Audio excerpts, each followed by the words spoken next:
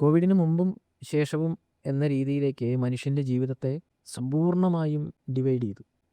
അപകടകരമായ രീതിയിൽ തന്നെ കോവിഡിന് ശേഷമുള്ള മനുഷ്യൻ്റെ മാനസികാവസ്ഥ ഷിഫ്റ്റ് ചെയ്തു എന്നുള്ളതാണ് സത്യം. കാരണം കോവിഡിന് മുമ്പ് നമ്മൾ ബന്ധങ്ങളെ കണ്ടിരുന്ന രീതികൾ, ജീവിതത്തെ മനസ്സിലാക്കിയിരുന്ന കാഴ്ചപ്പാടുകൾ, ബന്ധങ്ങളോടുള്ള നമ്മുടെ സമീപനങ്ങൾ, നമ്മളെ പറ്റി തന്നെ നമ്മൾ മനസ്സിലാക്കിയിട്ടുള്ള കാര്യങ്ങൾ എല്ലാം കംപ്ലീറ്റായിട്ട് മാറിമറിഞ്ഞ ഒന്നായിരുന്നു ശരിക്കും കോവിഡ് എന്ന് പറയുന്ന ആ വലിയ മഹാമാരി. കോവിഡ് പാൻഡമിക്കിന് ശേഷം ലോകം ഒന്നടങ്കം മനുഷ്യൻ്റെ മനസ്സ്, ആഗോള വ്യാപകമായ മനുഷ്യൻ്റെ മനസ്സ്, ആ ഹ്യൂമൻ സൈക്ക് എന്ന് പറയുന്നത് ഒരു കളക്റ്റീവ് ട്രോമയെ നേരിടേണ്ടി വന്നു.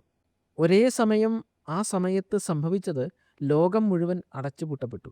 എല്ലാവരോടും വീടിൻ്റെ അകത്തേക്ക് പോയി പുറത്തിറങ്ങാതെ ഭയന്ന് ജീവിക്കാൻ എല്ലായിടത്തു നിന്നും ആഹ്വാനങ്ങൾ വന്നു.